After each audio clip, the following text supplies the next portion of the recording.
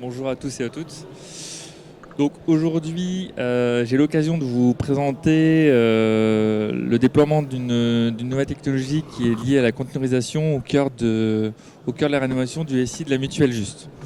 Donc voilà, j'aurai l'occasion très rapidement en fait de vous présenter déjà de présenter la mutuelle en elle-même, donc qui nous sommes. Voilà, le pourquoi dans la stratégie des conteneurs aujourd'hui, pourquoi la mutuelle a fait ce choix-là aujourd'hui. Vous présentez ensuite, dans le cadre de ce choix de conteneurisation, les choix liés à la partie architecture, notamment applicative, les perspectives d'évolution que le choix de cette technologie a pu apporter à la mutuelle, et pour finir sur la plateforme cloud native de Mirantis. Voilà. Alors déjà en premier lieu, vous présentez la mutuelle en elle-même. Alors, la mutuelle est actrice de l'économie sociale et solidaire aujourd'hui, donc par un organisme non lucratif. Il faut savoir que les mutuelles en France sont régies par un code livre 2, qui sont des organismes aujourd'hui but non lucratif. L'objectif, le rôle premier, on va dire, d'une mutuelle aujourd'hui, c'est le remboursement des soins des adhérents.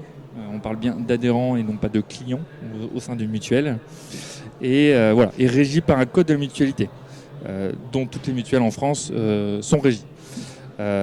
C'est une mutuelle qui appartient à ses adhérents, c'est-à-dire qu'elle est régie par des délégués qui sont élus, et ainsi que des administrateurs qui vont s'assurer de la gestion et de la gouvernance au travers d'un conseil d'administration au sein de la mutuelle Juste. Voilà, aujourd'hui on est à 16 adhérents administrateurs au sein de la mutuelle, au sein du conseil d'administration. Et donc en termes d'effectifs, on est aujourd'hui 110 collaborateurs au sein de l'entreprise, dont 4 personnes au sein de la DSI, dont moi-même. Alors, on est une mutuelle qui se développe sur le plan national. On a eu un petit virage sur 2021 post-Covid, où les secteurs de la santé ont été touchés de plein fouet, c'est le cas de le dire. Et en fait, 2021, il y a eu une prise de conscience, notamment de la part des élus, sur le fait de pouvoir apporter une solution, notamment à leurs administrés, aux habitants. Et donc aujourd'hui, on a un dispositif particulier au sein de la mutuelle, qui est le dispositif de mutuelle communale, qu'on développe aujourd'hui, et on couvre à date 60 000 personnes protégées. Voilà, avec donc des prestations versées sur 2022 à hauteur de 33 millions, et dont le siège social est basé à Valenciennes, donc dans les Hauts-de-France, avec un centre de gestion qui intègre nos équipes, donc en France même, voilà, et qui sont capables de vous apporter l'ensemble des réponses dès lors que vous êtes adhérent de la mutuelle. 8 agences réparties, alors historiquement dans les Hauts-de-France, mais depuis 2021, comme on a signé notamment avec Reims et Toulouse, on a également des agences présentes sur ces grandes communes, au travers du dispositif de mutuelle communale. Alors pourquoi le choix du conteneur ? Alors pour faire simple, je suis arrivé en septembre 2018 au sein de la mutuelle, et en fait il y a un constat qui avait été fait. C'était qu'on avait quasiment 10 ans de retard. Et pour rattraper ce retard-là, on s'était dit, ok, 2 solutions. Soit on rattrape ce retard, mais voilà, on ne fait que le rattraper, ou on le devance. La stratégie était plutôt de devancer, d'avoir, on va dire, de par l'innovation apportée au sein de la mutuelle, d'avoir un argument compétitif. On est dans un acteur qui est de plus en plus concurrentiel, et le but c'était d'apporter ça. Donc on a fait le choix en fait de remplacer l'architecture qu'on avait aujourd'hui avec des machines virtuelles, bien qu'on en possède un petit peu toujours en partie, sur cette nouvelle architecture d'orchestration de conteneurs. Donc quand on a commencé à faire un POC, donc avec une nouvelle architecture conçue pour être simple, très modulaire et facile dans son exploitation. Aujourd'hui, voilà, pour rappel, on est une équipe de 3 personnes, plus moi, effectivement, voilà, pour déployer la solution. Donc on a fait le choix aussi de Swarm. Alors aujourd'hui, il y a Kubernetes, on parle souvent de Swarm ou Kubernetes. Swarm a été fait le choix aujourd'hui pour des simplicités aussi d'exploitation, on va dire, et de maintien en conditions opérationnelles. Et on a fait un POC en 2018.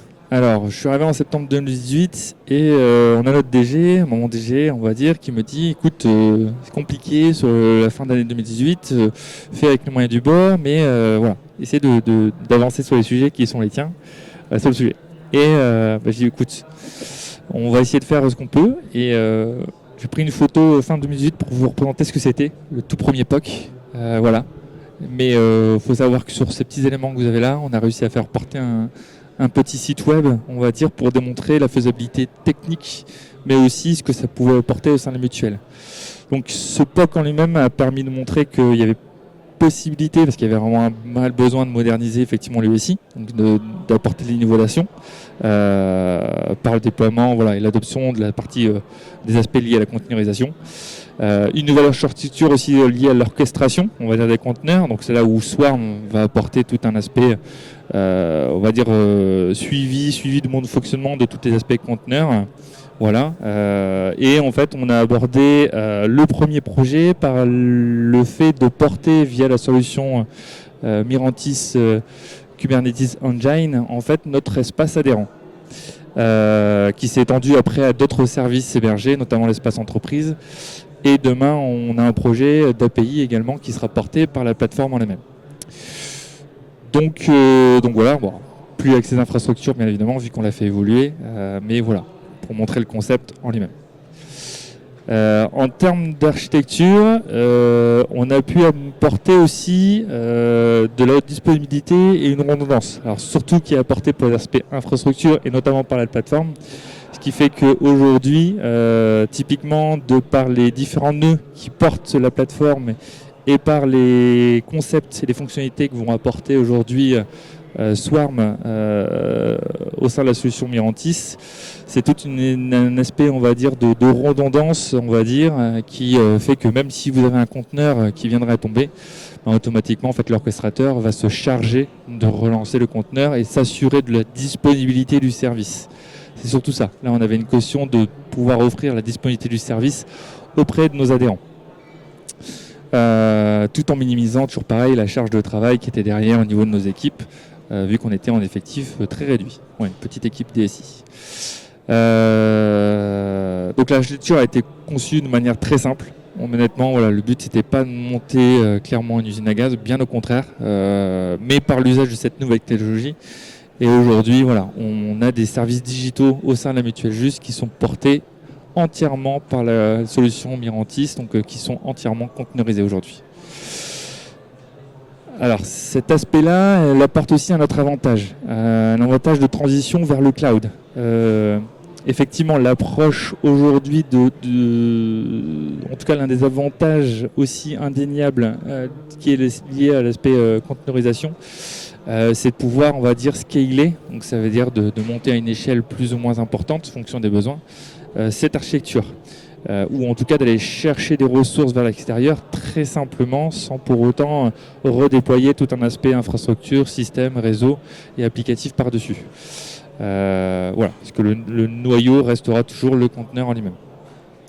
Donc ce qui va permettre aussi par une culture CI/CD, on va dire qu'on a approché depuis quasiment maintenant 4 ans, cet aspect qui fait qu'aujourd'hui en termes de développement, tout ce qu'on mène, on peut très rapidement pousser en production dès lors qu'il aura passé toute la partie test et validation par nos équipes internes aussi. Donc on s'est occupé de tout ça, on va dire de la mise en place de l'architecture jusqu'à la solution de la plateforme Mirantis en lui-même. Et aujourd'hui, on a possibilité, alors c'est en cours de travail actuellement, de pouvoir partir vers le cloud, donc que ça soit de l'Azure, vers par exemple un tiers hébergeur comme EVH aussi. Voilà. Donc après, il y a des aspects plus réglementaires aussi qui apparaissent à un moment donné, où on doit bien évidemment maîtriser nos coûts et respecter les réglementations en vigueur dont toute mutuelle doit s'y soumettre. C'est très réglementé le monde du mutuel. J'ai appris ça, c'est incroyable. Et pour finir, sur la plateforme Cloud Native Mirantis. Alors, elle s'oriente un petit peu de cette manière, avec une partie open source, alors, qui peut se partager sur les aspects effectivement conteneurisation et virtualisation. Donc c'est une solution, on va dire, qui est 100% cloud, mais qui vous permet d'avoir aujourd'hui en fait un ensemble de fonctionnalités et divers outils fonction des choix que vous pouvez faire pour porter un petit peu aux usagers de l'infrastructure. C'est ce que Mirantis aujourd'hui propose, voilà, pour une approche 100% cloud via des partenaires, voilà, comme je vous ai cités, comme Azure, Google, Amazon, voilà, différents que vous pouvez trouver un petit peu leaders sur le marché, mais qui vous permettent ça. Donc cette approche-là, on va dire, de par la solution Mirantis, vous permettent à la fois d'être on-premise ou dans le cloud ou en mode hybride. Donc c'est voilà. Là après, et on peut très facilement basculer ou aller chercher des ressources extérieures très facilement au travers de cette solution. Donc clairement, aujourd'hui, alors pour être très transparent avec vous, si le choix viendrait à m'être fait, je ne douterai plus de la solution Mirantis en elle-même, tellement elle a été effectivement un accélérateur en termes de développement au sein de la mutuelle. Voilà. Pour une petite équipe, aujourd'hui, en 4 ans, j'aurais jamais imaginé arriver là où on en est aujourd'hui. Donc très satisfait de la solution. Merci pour votre écoute. Si vous avez d'éventuelles questions, ça sera plaisir d'y répondre. Laurent Grand, merci pour cette présentation. Est-ce que vous avez des questions dans la salle? Non, moi j'en ai une. Lorsque vous avez porté tous vos projets, lorsque vous les avez containerisés, quel a été le volume de projets que vous avez dû redévelopper?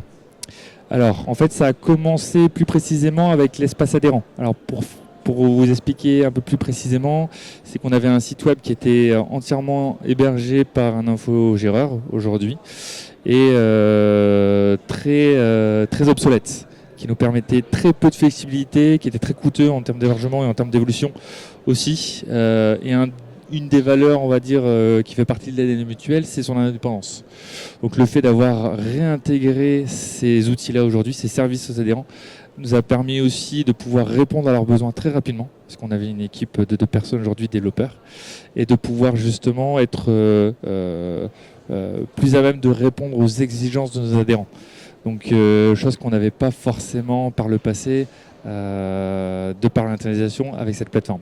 Mais vous avez migré des applications existantes dans les containers? Alors oui, on a fait des migrations, alors on a fait les deux. On a fait une migration d'applications existantes et on a redéveloppé aussi certaines applications qui n'existaient pas aujourd'hui mais qui étaient très attendues de la part de nos adhérents ou des entreprises adhérentes de la mutuelle. Et alors, ma question, c'était concernant les applications existantes, quelle a été la complexité pour les passer dans les containers? Parce que des fois, c'est pas tout prévu pour. Alors, c'est pas fait, des fois, effectivement, c'est pas simple, mais alors ce qui est souvent le plus important, on va dire, c'est vraiment l'image en elle-même. C'est-à-dire la containerisation se base sur la construction d'une image. Après, les développements qui vont derrière vont s'appuyer dessus. Une fois que vous avez l'image, en fait, la duplication et l'intégration après entre les différentes étapes de recettes jusqu'à la mise en prod sont ultra rapides. Ça, c'est un gain de temps phénoménal aujourd'hui qu'on a sur la mutuelle.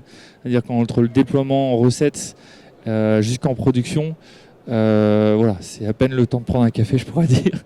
Voilà, donc pour nous, entre une mise en production d'une application, c'est ultra rapide par rapport à ce que la mutuelle a pu connaître par le passé. Et alors, une dernière question un peu plus technique. Vous avez choisi Swarm, donc Docker. Oui. Mais pourquoi prendre Docker et Kubernetes? Pourquoi pas dire j'en choisis qu'un? Ça fait un peu une... Alors, on a choisi... Alors, la partie de Docker, c'est vraiment la partie sous-jacente. Après, vous allez retrouver la partie orchestration. Sur un niveau orchestration, il y en avait 2, voilà, qui sont Swarm, historiquement, qui était l'orchestrateur natif, on va dire, Docker. Il y avait Kubernetes qui a été développé par Google. Le choix, nous, il s'est fait plus sur la simplicité d'administration. Kubernetes demande un peu plus d'expertise, un peu plus de maîtrise sur le sujet. C'est un outil très complet. Pour le temps, je peux pas en dénier. Par contre, Swarm était beaucoup plus facile d'utilisation, d'approche, d'adoption, je pourrais dire, vis-à-vis des équipes. Je voulais pas forcément avoir une trop grande complexité dans son déploiement. Et c'est ce pourquoi, on va dire, Swarm a été choisi aujourd'hui. Ce qui fait qu'il répond, on va dire, à l'entière besoin, on va dire, l'entièreté des besoins qu'on a au sein de la mutuelle pour gérer notre plateforme aujourd'hui.